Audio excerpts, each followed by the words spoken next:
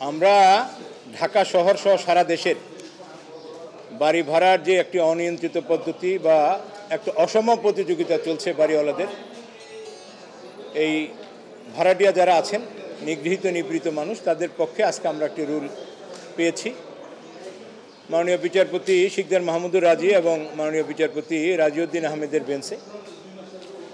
আমরা সেখানে যেই বিষয়টি উপস্থাপন করেছি সেটি হলো এই বাড়ি ভাড়া নিয়ন্ত্রণ আইন 1991-তে 2(d)তে বলা আছে যে প্রত্যেক শহরে শহর পরিচালনা যে কর্তৃপক্ষ, সিটি কর্পোরেশন অথবা পৌরসভা, তারা সময়ে সময়ে বাড়ি ভাড়া নির্ধারণ করে দেবেন।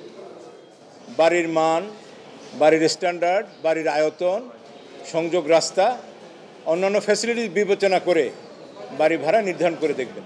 এবং এটা শুধু আমরা নতুন করে চেয়েছি বিষয়টা তা নয়, বিশ্বের অনেকগুলো উন্নত শহরে, লন্ডন থেকে শুরু করে দুবাই থেকে শুরু করে অন্যান্য উন্নত শহরে সরকার কর্তৃক বাড়ি ভাড়া প্রতি স্কোয়ার ফিটে নির্ধারণ করা আছে।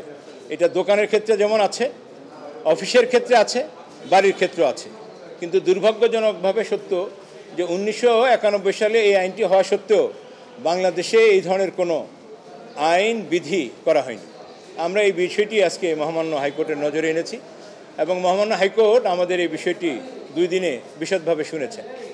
এবং সেখানে আমরা যেটা চেয়েছি সেটা হলো এই যে বাড়ি ভাড়া অনেকগুলো বিষয় থাকে, সবগুলো ফ্যাক্টর বিবেচনায় এনে বাড়ি ভাড়া নির্ধারণ করা এবং একই সাথে যে অগ্রিমের একটি বিষয় থাকে।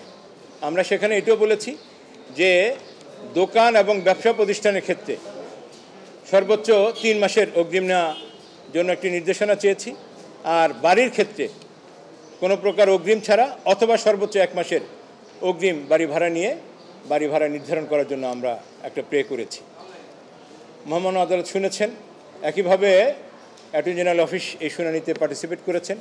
উভয় পক্ষকে শুনে 4 সপ্তাহের জন্য কেন বাড়ি ভাড়া নিয়ন্ত্রণ আইন 1991-এর 2(d) এক্সিকিউশন করা হবে না এবং আইন অনুসারে প্রত্যেক শহরে ইনক্লুডিং ঢাকা সিটি কর্পোরেশনকে উত্তর এবং দক্ষিণকে আলাদাভাবে নির্দেশনা দিয়েছেন যে সময় উপযোগী অবস্থান, আয়তন, রাস্তা এবং অন্যান্য ইউটিলিটি ফ্যাসিলিটিস বিবেচনা করে বাড়ি ভাড়া নির্ধারণ করে 4 সপ্তাহের মধ্যে রুলের জবাব দেওয়ার জন্য একটি আদেশ আজকে জারি করেছে।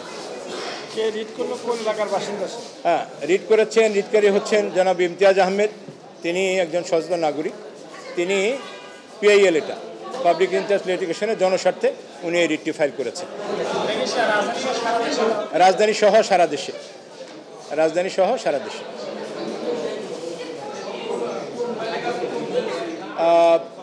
হাইকোর্টের 34 মাননীয় বিচারপতি শিকদার মাহমুদুর রাজি এবং মাননীয় বিচারপতি রাজিউদ্দিন আহমেদ। জি, আমার মনে যিনি পিটিশনার, আপনারা যদি একটু তাকে 1 মিনিট শোনেন। জি, একটু 1 মিনিট শোনেন। জি, ধন্যবাদ। আমি ইমতিয়াজ উদ্দিন, একজন সচেতন নাগরিক হিসেবে আমি বাড়ি ভাড়া নিয়ে রিড করেছি। তো এখানে বাড়ি ভাড়া রিড করার জন্য আমি যে পয়েন্টগুলো উল্লেখ করেছিলাম সেটা হচ্ছে কি, প্রতিটা এলাকায় যেন ভাড়ার তালিকা তৈরি করা হয়। আর সেই ভাড়ার তালিকা বলতে কি শুধু আবাসিক তা না, সেটা যেন দোকানপাট এবং ব্যবসা প্রতিষ্ঠানের জন্য যেন আলাদাভাবে তালিকা থাকে। আর 2 নম্বর হচ্ছে কি, প্রতি 4 বছর অন্তর যেন ভাড়া বাড়ানো যায়, এর আগে যেন না বাড়ানোর কোনো অপশন রাখে। যেমন 2025 সালে কিন্তু ভাড়া বাড়ানো হয়েছে, তো পরবর্তী যেন 29 সাল এর আগে যেন কেউ ভাড়া বাড়াতে না পারে, অর্থাৎ প্রতি 4 বছর পর একসাথে সবাই বাড়াবে, প্রতি বছর হচ্ছে যার মতো করে না। এরপর হচ্ছে কি অ্যাডভান্স, সেটা ছাত্র বললো। এরপর হচ্ছে কি আরেকটা বড় পয়েন্ট, সেটা হচ্ছে কি আমরা যারা ভাড়াটিয়া তারা কিন্তু আমরা ভাড়া ঢোকার সময় বিভিন্ন রকমের যে ফার্নিচার কিংবা বিভিন্ন কল বিভিন্ন রকম বেসিন, এগুলো কিন্তু আসলে আমাদেরকে করতে হয়। একটু নষ্ট হলে আমাদেরকে কিন্তু সেটা নতুন করে কিনে দিতে হয়। কিন্তু এটা কেন, আমরা তো সব কিছুই ভাড়া দিই, তাই না? তো এটাকে আসলে বাড়িওয়ালারা কিন্তু এটাকে মেনটেন করতে হবে। যদি এটা একটা নির্দিষ্ট টাইম থাকবে, এর আগে যদি আমাদের দ্বারা নষ্ট হয় তাহলে এটা আমরা দিব। আর এরপর হচ্ছে কি বাড়িওয়ালাদের যেন বড় অঙ্কের জরিমানা করার বিধান থাকে, কারণ বড় অঙ্কের জরিমানার বিধান না থাকলে এরা কখনো কিন্তু আসলে আইন হবে, সব কিছুই হবে, রিড হবে, কিন্তু কাজ হবে না। আর সর্বশেষ হচ্ছে কি, সরকার যেন প্রতিটা এলাকায় কর্মজীবী হোস্টেল তৈরি করে, কারণ এই হোস্টেল যদি প্রচুর পরিমাণে হোস্টেল তৈরি করা হয় তাহলে কিন্তু বাড়ি ভাড়ার উপর অনেকটা চাপ পড়ে দেয়। তো আমার বিশ্বাস সরকার যেন এটা সুদৃষ্টি দেয়।